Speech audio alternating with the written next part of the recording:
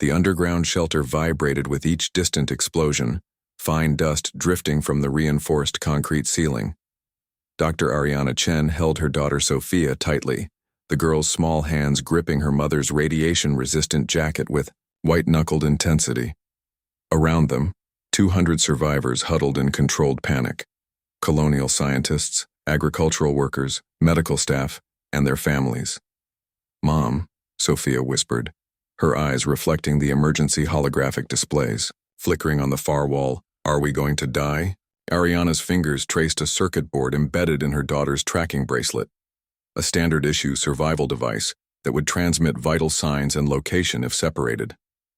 Her wife's engineering touch was evident in its design. Marcus. Rodriguez had overseen colonial survival technology for years, always preparing for the worst while hoping for the best. The holographic displays told a brutal story. New Hope Colony's defensive grid, once considered state-of-the-art, was being systematically dismantled by the Zarn invasion force. Plasma torpedoes ripped through atmospheric defense platforms like tissue paper. Automated defense turrets that had taken 5 years to design and install were being overwhelmed by swarm tactics that seemed to predict and neutralize every defensive algorithm. Dr. Elena Reyes, the colony's chief xenobiologist, approached Ariana. Her environmental suit was scorched, radiation dosimeters blinking dangerous yellow warnings. "We've lost contact with the northern agricultural complexes," she reported, her voice steady despite the tremor in her hands. 12 research stations. Decades of terraforming research. Gone. New Hope wasn't just another colonial outpost, it represented humanity's most advanced terraforming project in the Tau Ceti system. Engineered ecosystems that could transform harsh alien environments into livable landscapes. Genetic adaptation protocols that could help human biology integrate with completely alien biospheres. Decades of work, millions of human and financial resources, all being systematically erased. A young colonial militia sergeant named Diego Martinez crawled through the crowded shelter, distributing emergency radiation suppressant injectors. His face was a map of controlled terror, the kind of fear that transforms into pure survival instinct. "We're tracking the Zarn invasion patterns," he reported to Ariana. "They're not just destroying. They're methodical, surgical, like they're looking for something specific." Ariana's quantum-linked communication implant chirped, an encrypted burst transmission from her wife's tactical network. Most of the message was scrambled, but 3 words came through crystal clear: "Protect the data." Her research, their life's work. Comprehensive xenobiological adaptation protocols that could revolutionize human expansion into alien environments. Decades of genetic research that went far beyond simple terraforming. Protocols that could fundamentally reshape human biology to survive in extreme conditions. The Zarn knew about the research. That was the only explanation for such a targeted, precise attack.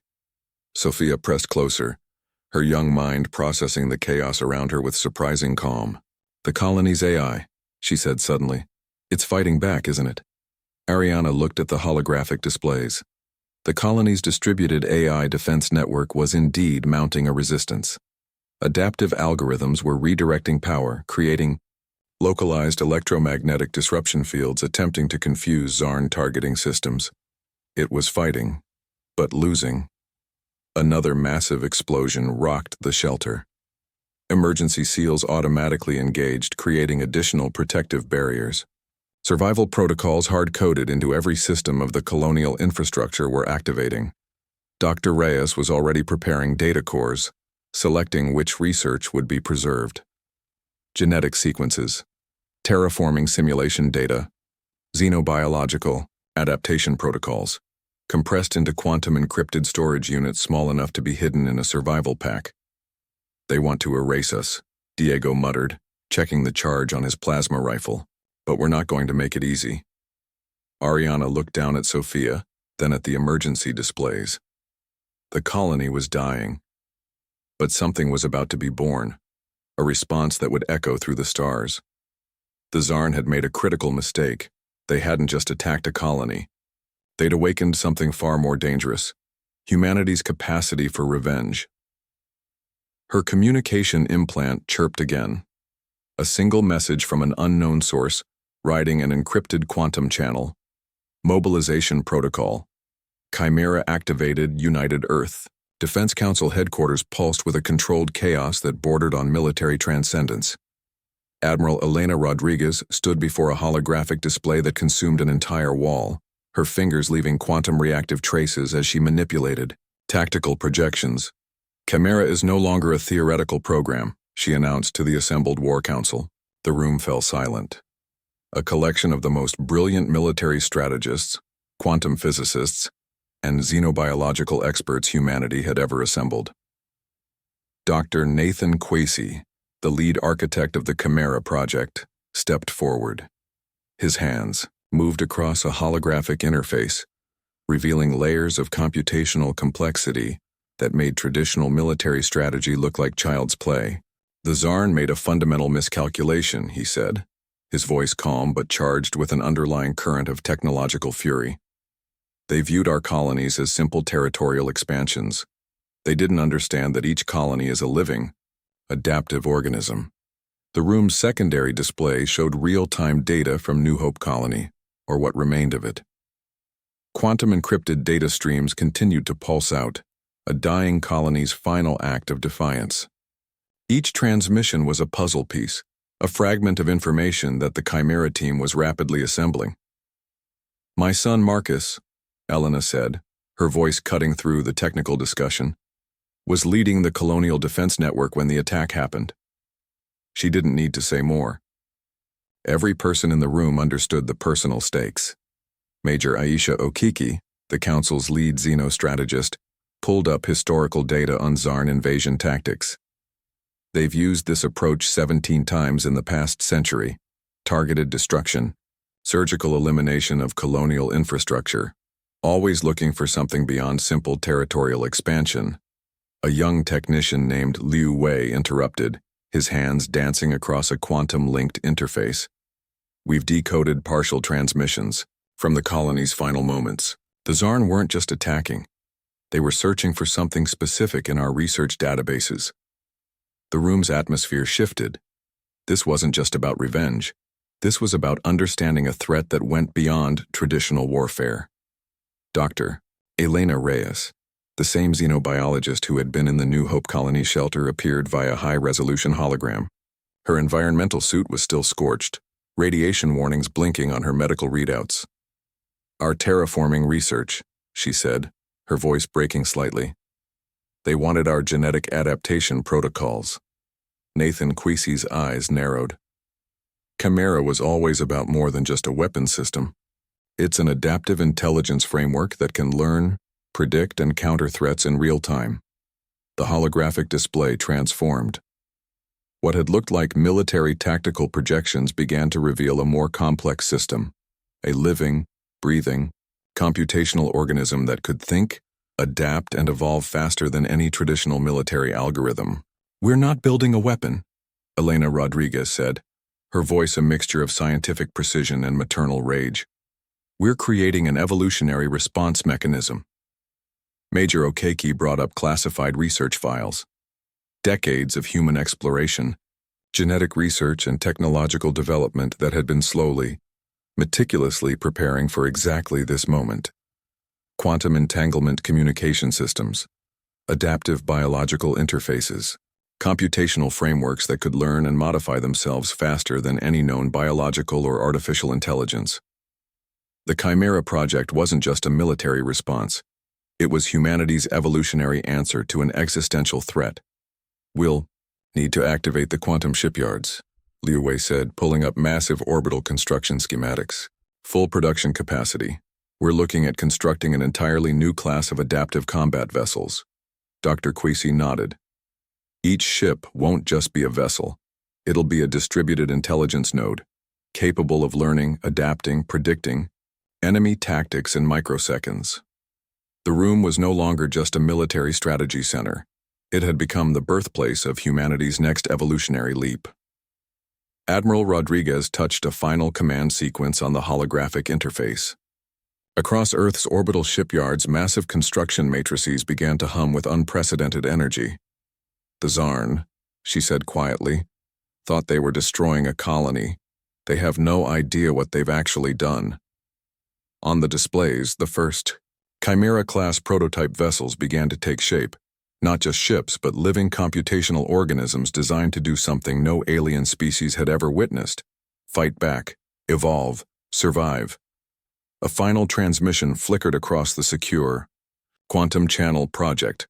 Chimera full tactical mobilization authorized objective: total strategic reset. The Nevada Quantum Research Facility wasn't just a laboratory. It was humanity's most closely guarded technological sanctuary, a cathedral of scientific innovation carved deep into the bedrock of the American Southwest. Dr. Nathan Quasey stood before a quantum entanglement matrix that defied every known principle of physics. Holographic displays danced around him, each projection representing computational possibilities that would have been considered impossible mere decades ago. His team, a carefully selected group of the most brilliant minds from every continent, worked with a fevered intensity that bordered on religious devotion. "We're not just developing a weapon," he said to Dr. Imani Hassan, his chief quantum computational engineer. "We're creating a living system of tactical response." The facility's central chamber looked like a fusion of a high-energy physics lab and a biological research center. Quantum processors the size of human neurons pulsed with an almost organic light. Adaptive algorithms learned and mutated in real time, each computational cycle bringing them closer to a form of intelligence that blurred the line between technology and life. "The Zarn attack wasn't just an invasion," Dr. Hassan responded, her fingers dancing across a quantum interface that seemed to respond to her thoughts as much as her touch. "It was a revelation. They've shown us exactly what we needed to see." A massive holographic display tracked the computational evolution of the Chimera system.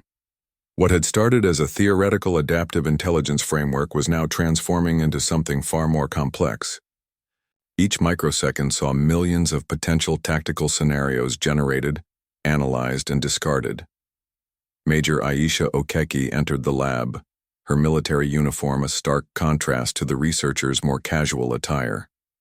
She carried a sealed quantum-encrypted data core recovered from the New Hope colony, the last transmission before its destruction.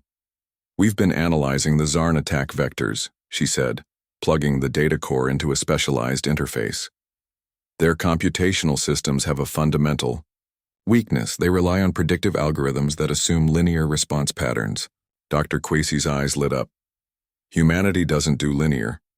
The first prototype of the quantum entanglement weapon sat in a containment field at the center of the lab. It wasn't a traditional weapon, not a missile, not an energy beam, not any conventional form of destruction. It was a computational matrix that could fundamentally alter the quantum state of matter itself. "Imagine," Dr. Hassan explained to a group of young researchers observing the test, "a weapon that doesn't just destroy, a weapon that can rewrite the fundamental computational language of an enemy's technological infrastructure." The prototype looked deceptively simple. A spherical device no larger than a basketball, its surface a shifting mosaic of quantum reactive materials that seemed to exist in multiple states simultaneously. Traditional sensors couldn't even fully map its physical characteristics. Lieutenant Diego Martinez, the same colonial militia sergeant from New Hope, had been brought in as a tactical consultant. His battlefield experience provided crucial insights into how the weapon might function in real-world scenarios.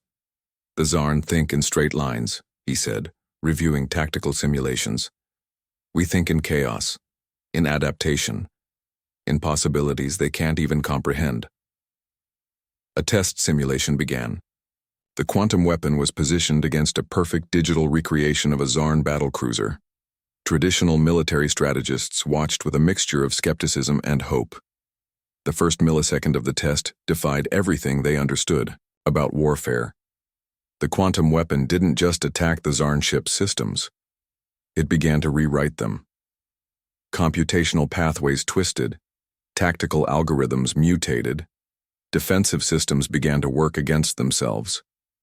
It was less a weapon of destruction and more a virus of pure potential. "It's learning," Dr. Quasey whispered. "Not just responding. Learning." The Zarn battlecruiser, even in digital simulation, began to tear itself apart from within. Not through brute force, but through a fundamental reprogramming of its own computational logic. "We're not just developing a weapon of war," Dr. Hassan said, her voice filled with a mixture of scientific wonder and human determination. "We're developing a weapon of evolution." The final test results scrolled across the primary display. Quantum entanglement weapon. Prototype, Chimera tactical efficiency. 99.987% adaptive response capability. Unprecedented computational learning rate. Exponential Lieutenant Martinez looked at Dr. Quasi with a mix of respect and barely contained excitement. "They have no idea what's coming." Dr. Quasi's response was simple, but carried the weight of humanity's entire evolutionary potential. Nobody ever does. The first wave of Chimera-class vessels emerged from quantum translation space like a living nightmare for the Zarn Collective. Commander Marcus Rodriguez gripped the neural interface of the lead ship, the USS Adaptive Response. It wasn't just a vessel. It was a living computational organism that responded to his thoughts faster than human reflexes could comprehend. Around him, the ship's interior pulsed with quantum reactive membranes that shifted and adapted with each millisecond. Of tactical data, tactical overview, he subvocalized. The ship's distributed intelligence responded immediately, holographic displays materializing around him like living thought patterns. 12,000 quantum-linked drone vessels accompanied the main Chimera fleet. Each drone was more than a simple combat unit. They were individual nodes of a massive distributed intelligence network that learned and adapted with each microsecond of combat interaction. The first Zarn battle group detected the human fleet approximately 0.03 seconds before the attack began. But detection meant nothing against a computational system that could predict, modify, and execute tactical responses faster than biological perception could track. Lieutenant Arya Chen, daughter of the New Hope Colony's lead researcher, controlled the drone swarm from a secondary neural interface. Her mind moved through the collective consciousness of the attack force like a digital predator. Where traditional military strategy saw individual units, she saw a living, breathing, tactical organism. "Initiating quantum resonance disruption," she whispered. The first wave of attacks defied every known principle of space combat. The quantum drones didn't just attack, they became the attack. Computational pathways invaded Zarn ship systems, turning defensive protocols into vectors of destruction. Shields became prisons. Weapon systems began targeting their own vessels. A Zarn battlecruiser, a vessel that had decimated hundreds of colonial outposts, suddenly found its own computational core, rewriting its tactical algorithms. Defensive systems collapsed. Weapon matrices twisted in on themselves. "They're not just fighting," Marcus muttered, watching the tactical displays. "They're evolving in real time." Dr. Amani Hassan's voice came through the quantum communication channel. She was monitoring the battle from the Nevada Quantum Research Facility, her computational models tracking every microsecond of conflict. "Each drone is a learning system," she explained to the War Council observing the attack. "They're not just responding to Zarn tactics, they're predicting and neutralizing potential responses before the Zarn can even conceive of them." The scale of the attack was unprecedented. Where traditional military doctrine saw combat as a linear progression of attack and defense, the Chimera fleet operated on a completely different computational plane. It wasn't warfare.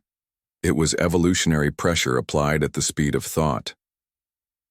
Lieutenant Diego Martinez, now serving as a tactical analyst, watched the battle unfold with a mixture of scientific fascination and military precision. "Look at how they're moving," he said to the assembled strategists. "It's not a fleet. It's a living system." Zarn communication channels began to collapse.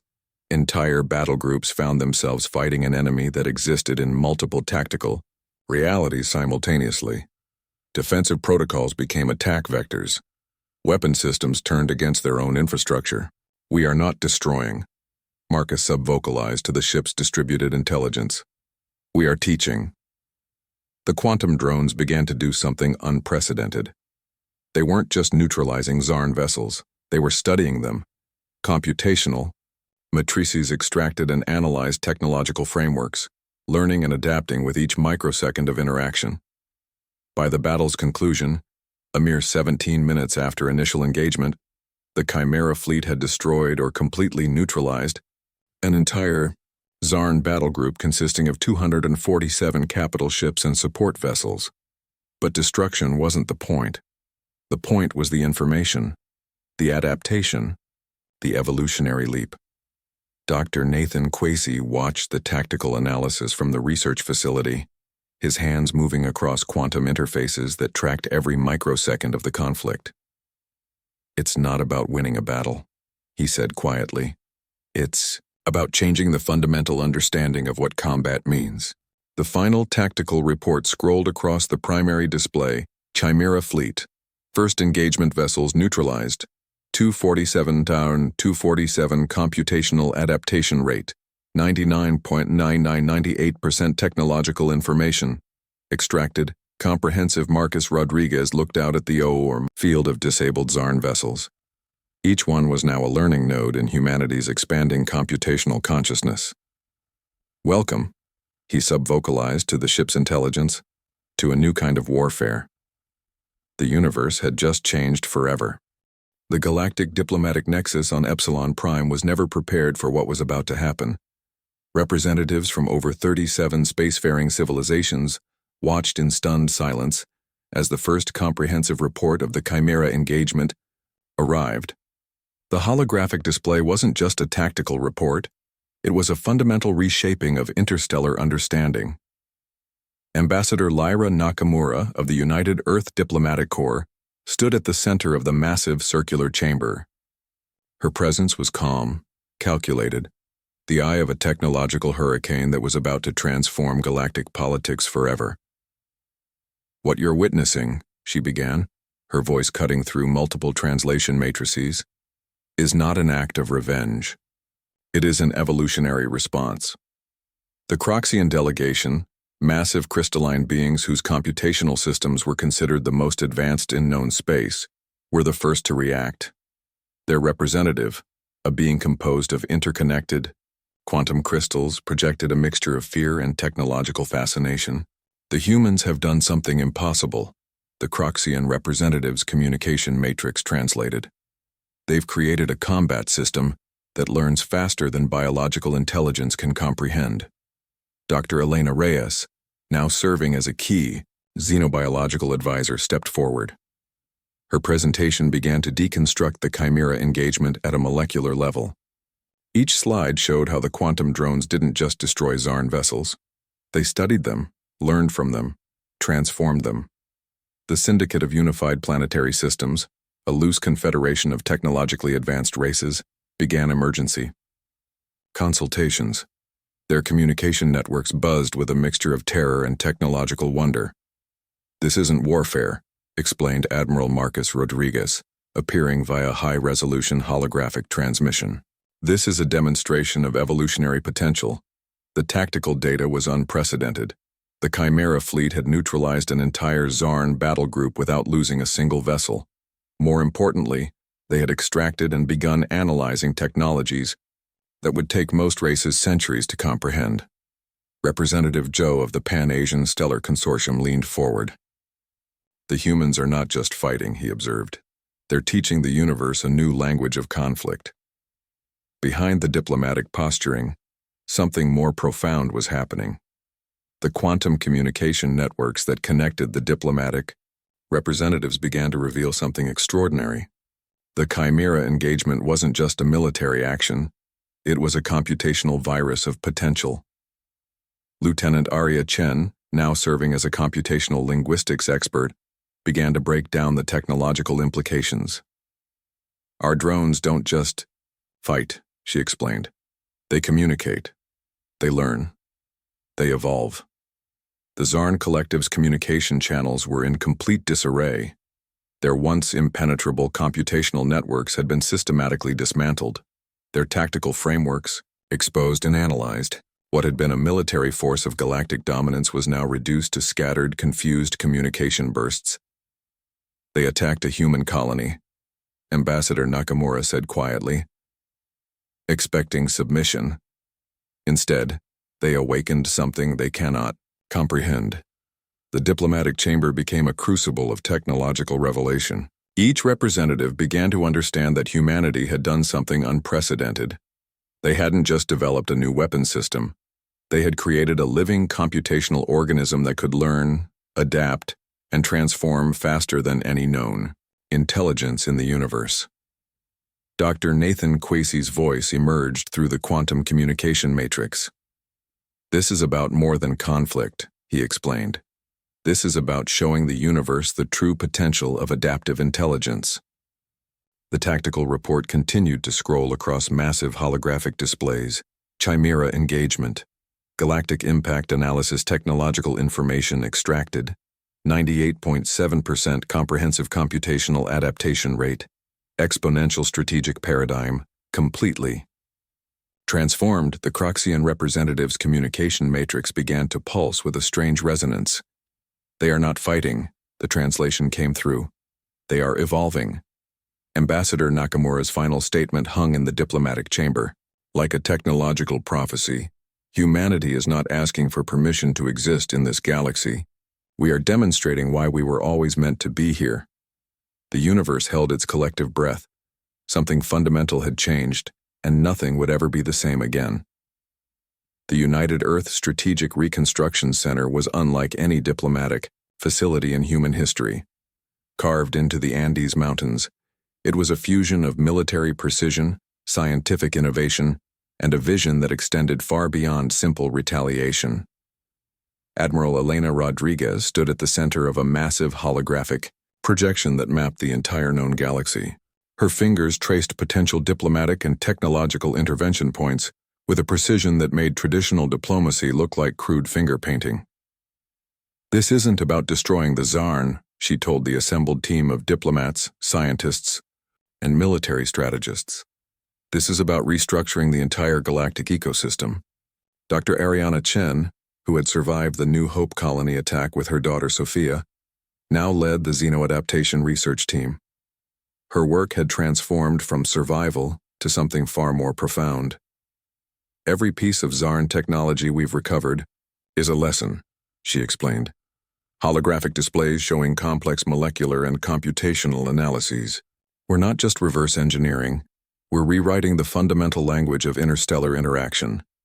The diplomatic team included representatives who defied traditional expectations. Lieutenant Diego Martinez, now a cultural adaptation specialist, worked alongside xenolinguists and quantum communication experts. Sophia Chen, now a brilliant young quantum computational theorist, developed communication protocols that could bridge gaps between fundamentally different forms of intelligence. The Tsarn attacked us thinking we were a linear species, Sophia said, her holographic presentation revealing layers of computational complexity. They didn't understand that humanity's greatest strength is our ability to transform chaos into opportunity.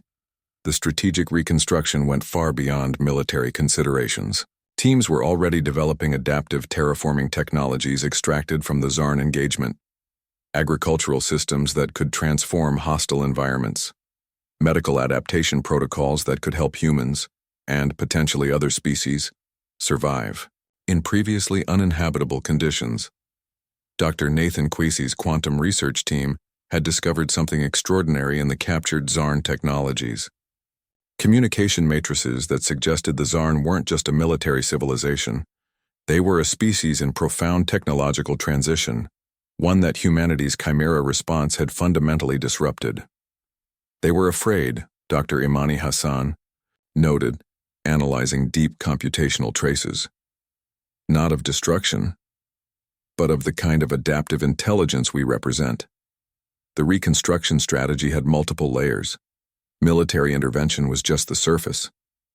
The real work was happening in research facilities, diplomatic channels, and computational laboratories across human-controlled space. Lieutenant Arya Chen, now a senior diplomatic computational linguist, demonstrated a breakthrough in interspecies communication.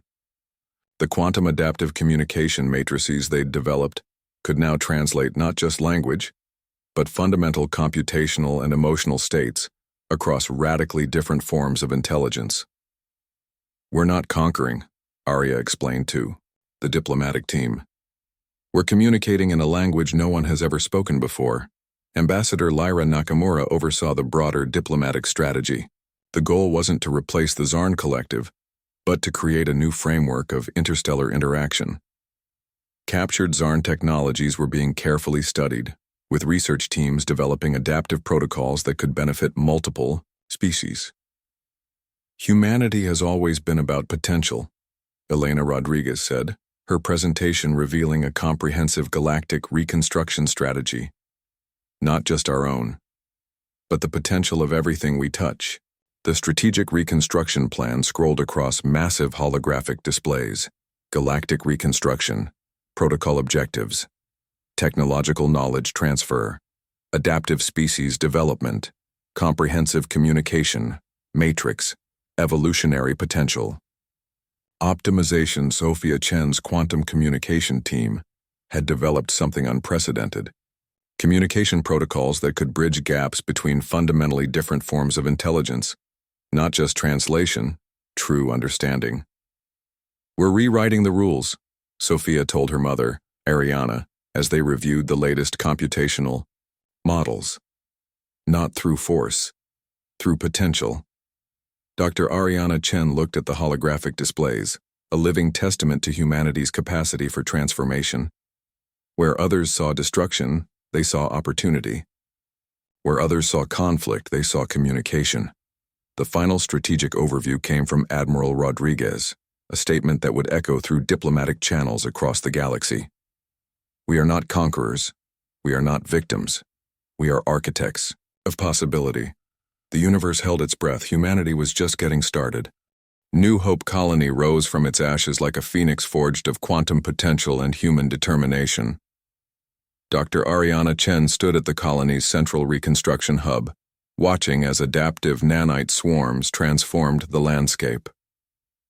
What had once been a burned-out wasteland was becoming something entirely new, a living testament to humanity's capacity for renewal and innovation. Sophia Chen, now leading the colony's quantum adaptation research, walked beside her mother. Her hands moved across a holographic interface that seemed to breathe with computational life. We're not just rebuilding, she explained. We're reimagining what a human colony can be. The reconstruction was unlike anything in human colonial history. Quantum adaptive infrastructure that could self-repair, predict environmental challenges, and evolve in real time. Agricultural systems that weren't just farms, but living computational networks that could transform hostile environments into thriving ecosystems. Lieutenant Diego Martinez, now the colony's chief of adaptive security, oversaw a defensive system that was more organic intelligence than traditional military infrastructure. Defensive protocols that could learn, predict, and neutralize threats before they even fully formed. The Zarn thought they destroyed us, Diego said, watching a swarm of adaptive defense drones map the colony's perimeter. They gave us something far more valuable, an opportunity to become something entirely new. The colony's central research hub was a marvel of quantum biotechnology. Captured Zarn technologies had been transformed into something uniquely human, medical adaptation protocols that could help humans survive in previously uninhabitable environments. Communication matrices that could bridge gaps between fundamentally different forms of intelligence. Dr. Elena Reyes, the xenobiologist who had survived the initial attack, led a team developing unprecedented biological adaptation technologies.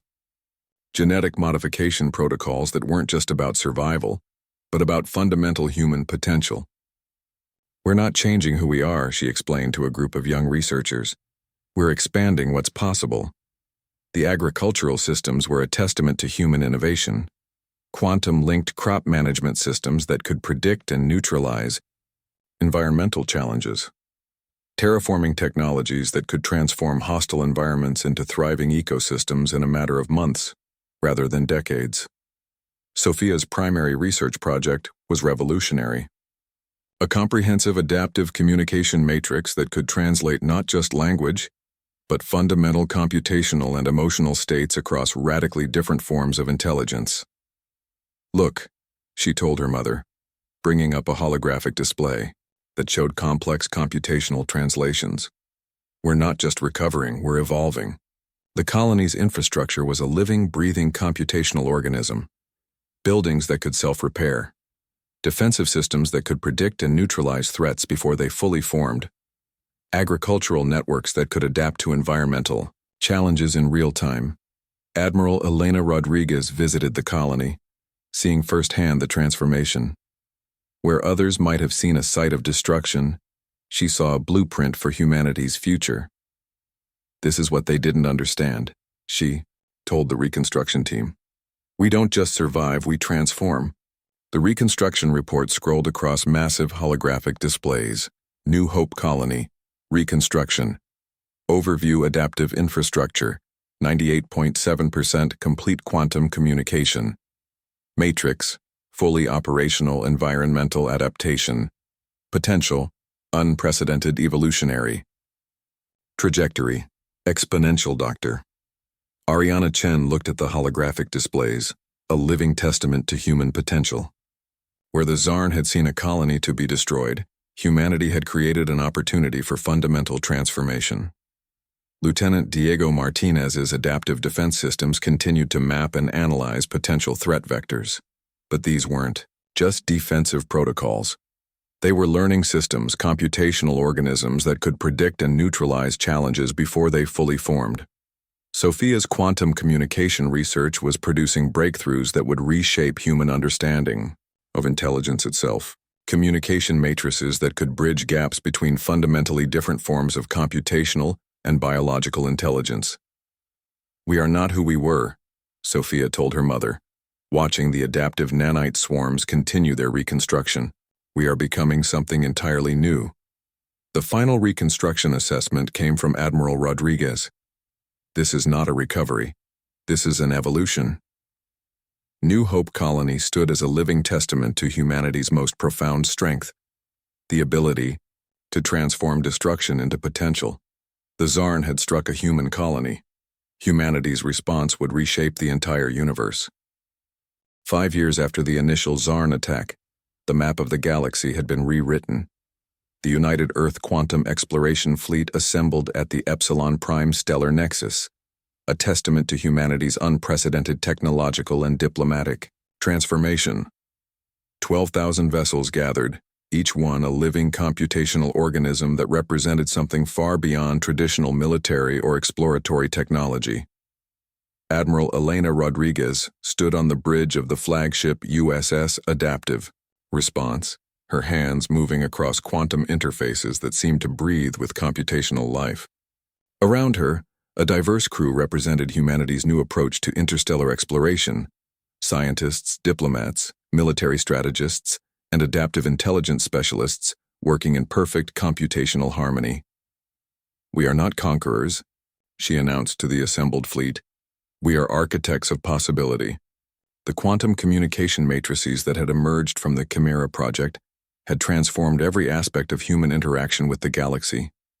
Where other species saw boundaries, humans saw potential. Where others saw conflict, humanity saw an opportunity for communication. Sophia Chen, now the lead xenocommunication specialist, monitored the fleet's adaptive intelligence network. Her quantum communication protocols had become the standard for interstellar dialogue. Species that had been centuries apart in computational understanding could now communicate with unprecedented depth and nuance. Dr. Ariana Chen's xenobiological adaptation technologies had transformed human understanding of life itself. Colonies now existed on planets that would have been impossible to inhabit just a decade earlier. Adaptive biological protocols allowed humans to integrate with environments rather than simply survive them. Lieutenant Diego Martinez commanded the fleet's adaptive defense network, a living, learning system that was more than just a military infrastructure. It was a comprehensive communication and adaptation matrix that could predict and neutralize potential conflicts before they could fully form. The Zarn Collective no longer existed as a unified power. The quantum engagement had revealed fundamental flaws in their computational and social structures.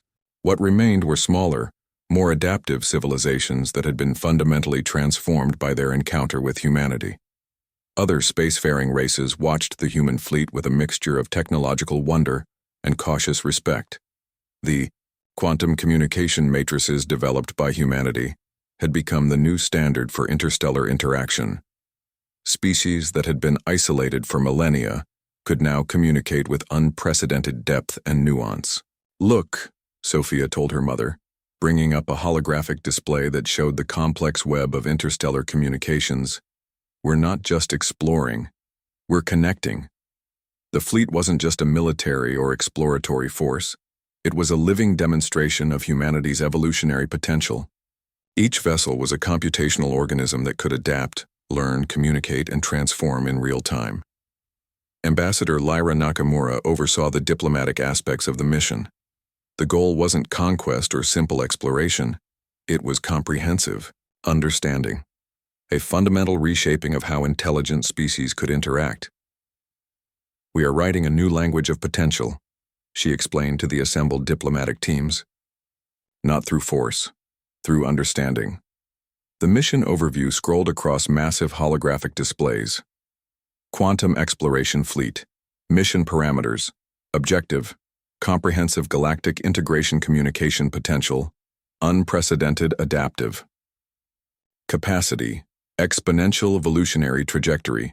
Transformative, Captured, and Adapted. Zarn technologies had become the foundation of humanity's most profound advances.